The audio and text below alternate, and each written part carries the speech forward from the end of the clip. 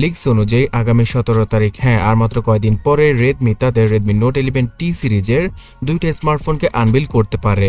একটা স্মার্টফোনে 5000 mAh এর ব্যাটারি থাকবে, অন্য একটা স্মার্টফোনে 4300 mAh এর ব্যাটারি থাকবে। তার সাথে এই 4300 mAh এর ব্যাটারি সমৃদ্ধ স্মার্টফোনটাতে 80 ওয়াটের সুপার ফাস্ট চার্জিং স্পিডকে ইউজ করতে পারে Xiaomi, যার মাধ্যমে কিনা শুধুমাত্র 20 থেকে 25 মিনিটে রেডমি নোট 11T ফোনটাকে ফুললি চার্জ করা পসিবল হবে। এছাড়াও এই স্মার্টফোনটার ডিসপ্লে, চিপসেট সহ অন্যান্য সকল স্পেসিফিকেশন এখন সামনে চলে এসেছে। So hey guys, Shanto here. Redmi note 11T স্মার্টফোনটাতে যে 144 হার্টজের হায়ার রিফ্রেশ রেটের ডিসপ্লেকে ইউজ করা হবে, এটা হয়তো আমি অনেকবার বলেছি, তো এখন এটা একদমই কনফার্ম। আর এই হায়ার রিফ্রেশ রেটের ডিসপ্লেটা IPS LCD প্যানেলেরই হবে, যেমনটা কিনা রিয়েলমি তাদের 9S স্মার্টফোনে দিয়েছিল। আর এই স্মার্টফোনটা বিশেষ করে যারা কিনা ফার্স্টলি কোনো স্মার্টফোন ইউজ করতে চান অথবা গেমিংয়ে সবচেয়ে ভালো এক্সপিরিয়েন্স নিতে চান, তাদের জন্যই তৈরি করবে Xiaomi। এবং এই ফোনটা অবশ্যই রিয়েলমি 9S ফোন থেকে 1000 গুণে ভালো হবে। কেন ভালো হবে সেটা আর একটু পরে আপনারা বুঝতে পারবেন। সো 144 হার্টজের এই ফুল এইচডি রেজলিউশনের হায়ার রিফ্রেশ রেটের ডিসপ্লেটাতে প্রায় 360 হার্টজের টাচ স্যাম্পলিং রেট থাকবে। সো যারা কিনা গেমার রয়েছেন তাদের জন্য এই ফোনটা কম দামের মধ্যে সবচেয়ে ভালো কিছুই নিয়ে আসছে। এছাড়া এই স্মার্টফোনটাতে 6GB, 8GB এবং 12GB র্যামের ভেরিয়েন্ট থাকতে পারে। বর্তমানে যেহেতু ভার্চুয়াল র্যামের একটা ট্রেন্ড চলছে, তাই এই ফোনটাতে Xiaomi 4 থেকে 6GB পর্যন্ত ভার্চুয়ালি র্যাম এক্সটেন্ড করার সুবিধা দিয়ে দিতে পারে।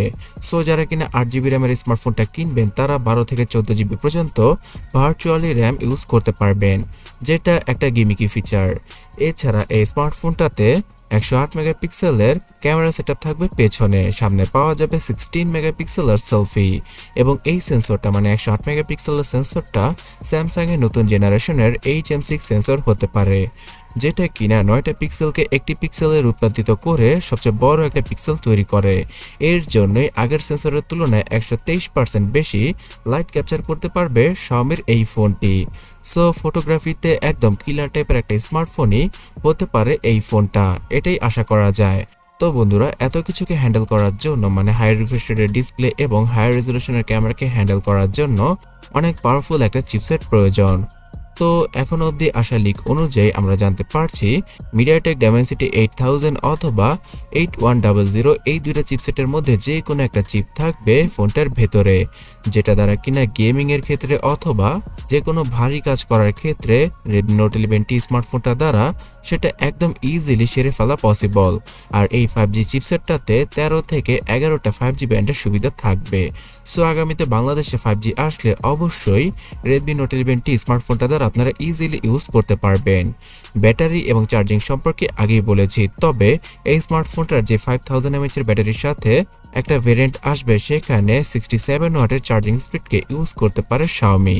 তাছাড়া Xiaomiর বিশেষ বিশেষ ফিচার যেমন আয়ার ব্লাস্টার, ব্লুটুথ 5.1, ওয়াইফাই, NFC, এই সকল ফিচার তো থাকবেই Redmi Note 11T স্মার্টফোনটাতে।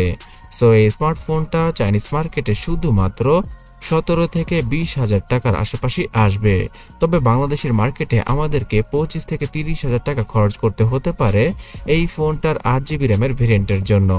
So Chinese মার্কেটে আসার পরে ইন্ডিয়া সহ বাংলাদেশের মার্কেটেও আমরা আগামী 2 থেকে 3 মাসের ভেতরে এই কিলার টাইপের স্মার্টফোনটাকে পেয়ে যাব Redmi Note 12 সিরিজ আসার আগেই।